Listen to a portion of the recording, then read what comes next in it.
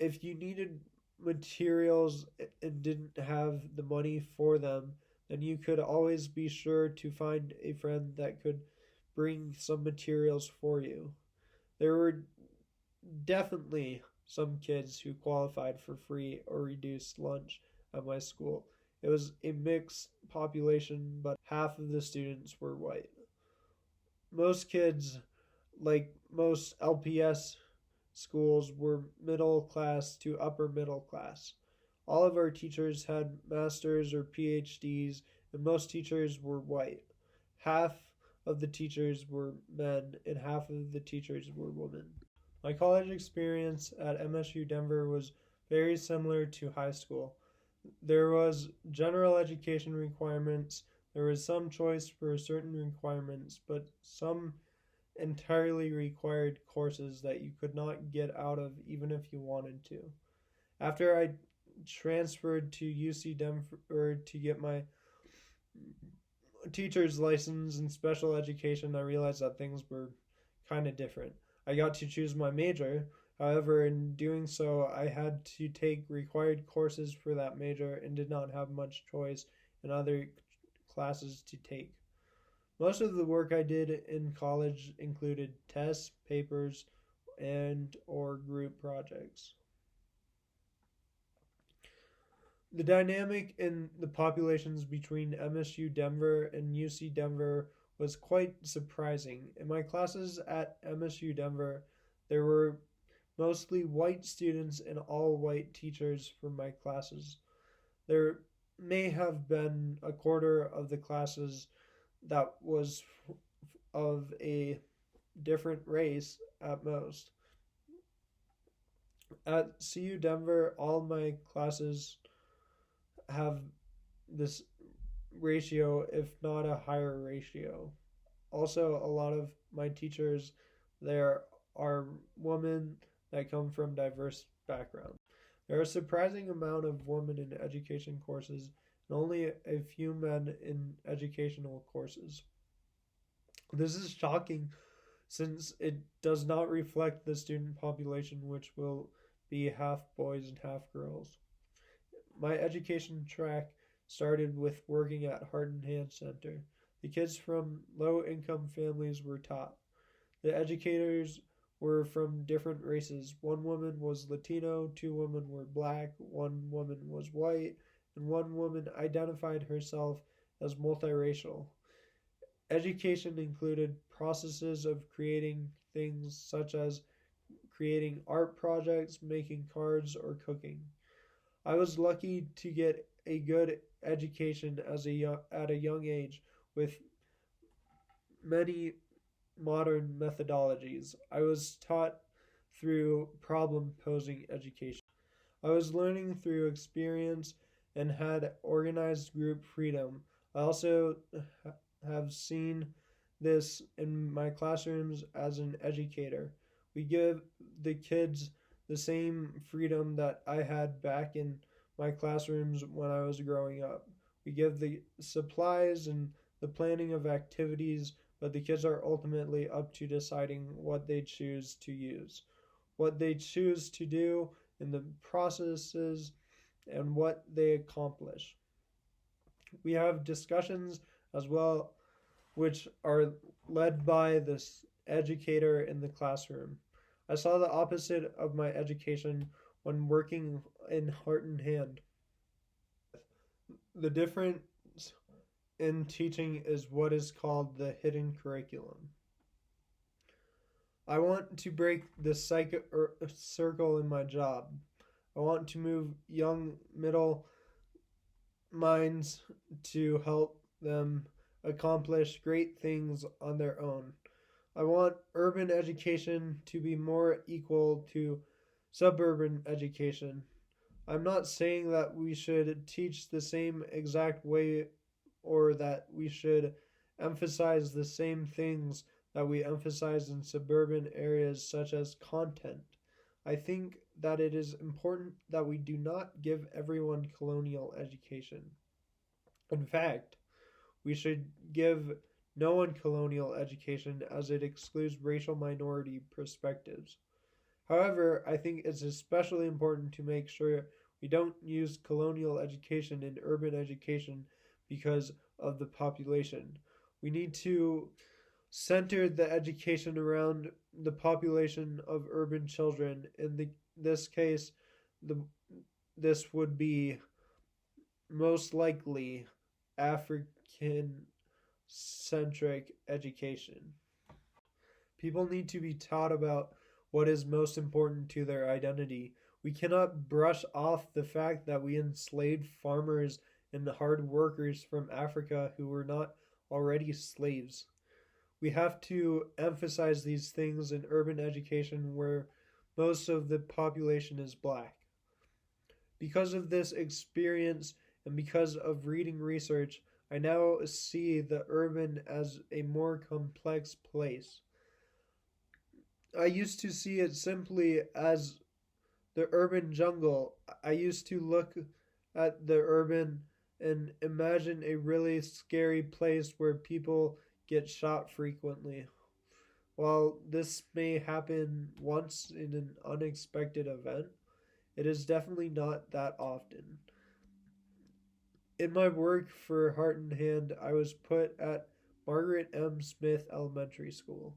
It made me less scared of the urban, and I now don't fret the idea of the urban.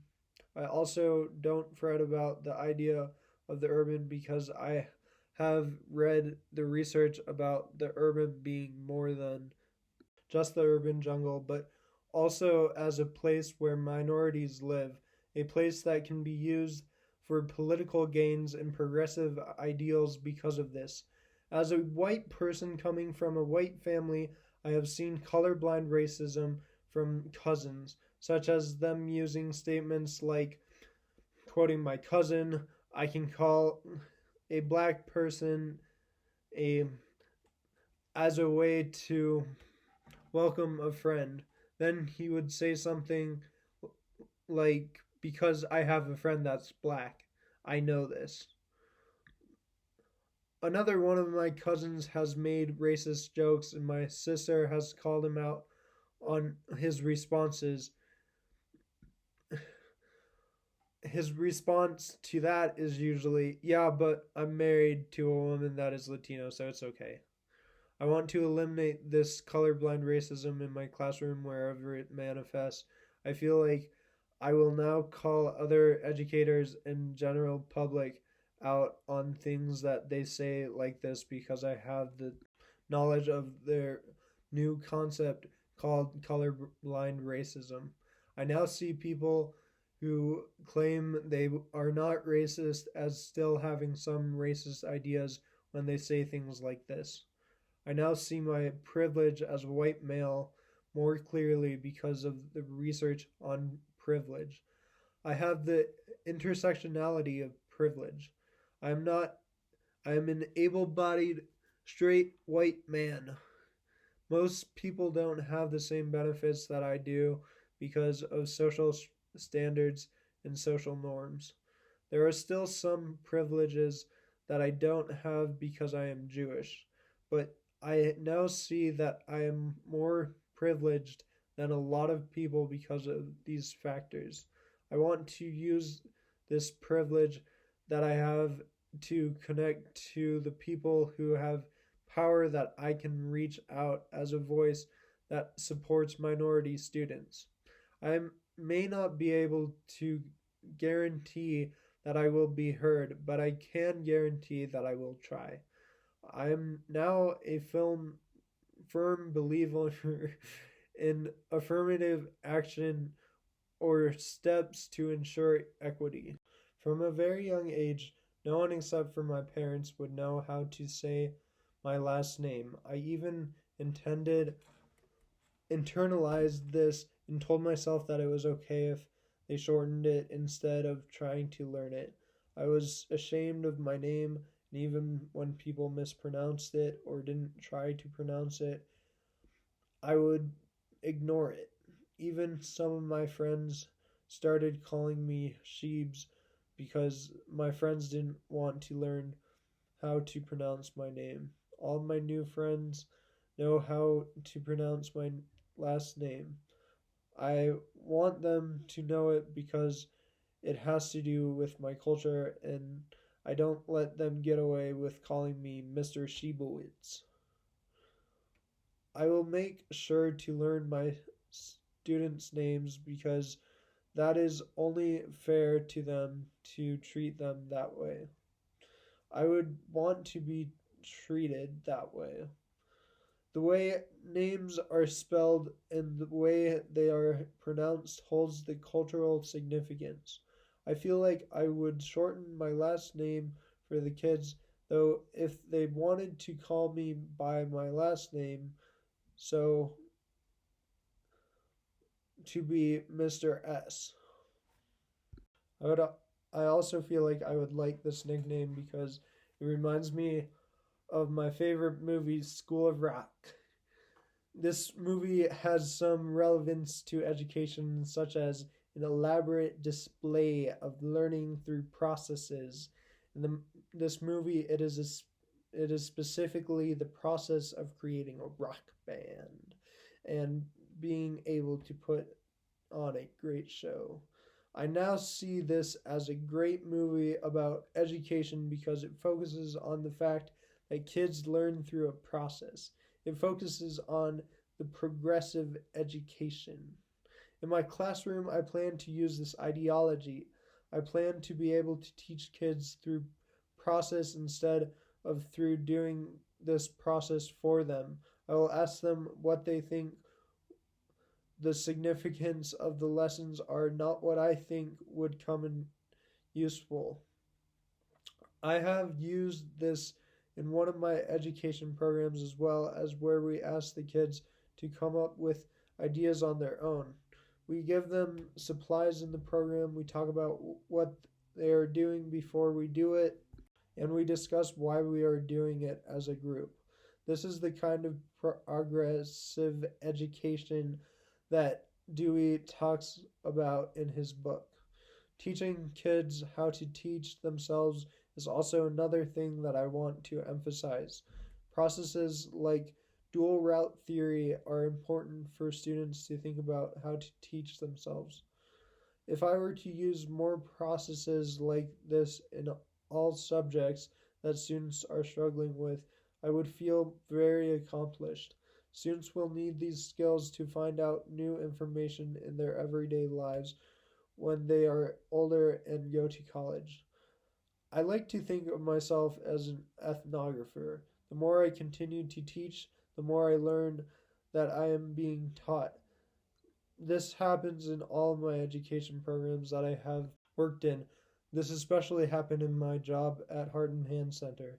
I will never stop having something that I can learn from a student.